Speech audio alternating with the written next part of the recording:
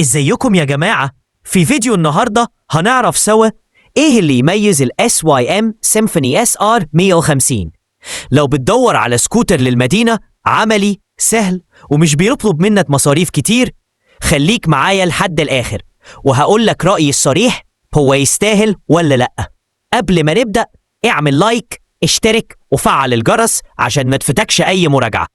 السيمفوني SR 150 بيجي بوضعية ركوب مريحة، تصميم محافظ ومواصفات مناسبة للاستخدام اليومي.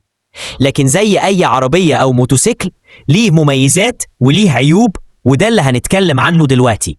نوع الموتور أحادي الأسطوانة، 4 صمامات، السعة 150 سي سي. نوع التبريد تبريد بالهواء مزدوج. ناقل الحركة CVT أوتوماتيك سكوتر. سعة خزان الوقود حوالي 6 لترات وماشي للتنقل اليومي داخل المدينة. استخدام يومي مريح، وضعية الركوب مريحة للطرق القصيرة والطريق المزدحم. اقتصادية في الوقود، استهلاكه معقول بالنسبة لسكوتر 150 سي سي، مناسب للناس اللي بتسافر داخل المدينة. سهل المناولة، خفيف في الحركة، مناسب للمبتدئين. مساحة تخزين معقولة، صندوق تحت السرج يكفي لخودة أو شنطة صغيرة، مهم للرجل اللي بيستخدمه يومياً. تصميم محافظ وسهل الصيانة، قطع الغيار متوفرة نسبياً وميزانية الصيانة مش كبيرة زي الدراجات الأعلى فئة. أداء على الطرق السريعة 150 سي سي رائع للمدينة، لكن مش أفضل حاجة لو هتركب على ترامل سريعة أو طرق سريعة لمسافات طويلة. ثبات وعزل الصوت، ممكن تحس إنه مش واثق قوي على سرعات عالية أو في المطبات الكبيرة، محتاج شغل تعليق أو سرعات معتدلة. تقنيات محدودة، غالباً مش هتلاقي فيه تكنولوجيا متقدمة زي شاشات كبيرة أو مساعدين إلكترونيين متطورة. سعة خزان صغيرة، لو مش بتحب تزويد البنزين كتير، حجم الخزان قد يفرض عليك زيارات محطات أكثر. السيمفوني SR 150 في ظروف مدينة حقيقية، زحمة، إشارات، وقوف، الانطلاق. الأداء لطيف في السير داخل المدينة، التسارع طيب من الإشارات، ومركز الجلوس مريح للرحلات القصيرة.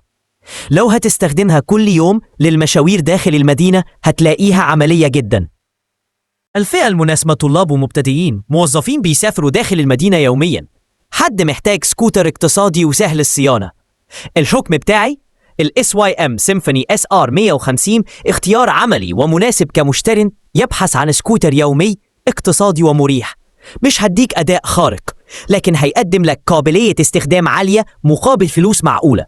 لو محتاج سكوتر للمدينة وبميزانية متوسطة، اكتب اسمه على قائمة المرشحين. نصائح الشراء والصيانة، جرب السواقة بنفسك قبل الشراء في ظروف مدينة.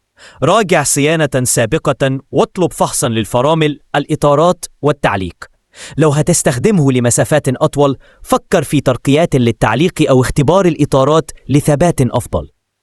لو عايز فيديو مقارنة بين السيمفوني SR 150 وسكوتر تاني في نفس الفئة، اكتب اسم الموديل في التعليقات. ما تنساش تعمل لايك لو عجبك الفيديو، واشترك في القناة وفعل زر الجرس، وابقوا معانا في موتور بالعقل عشان كل جديد في عالم الموتوسيكلات وسكوترات. سلام، وما تنساش ما توقفش بنزين دايما.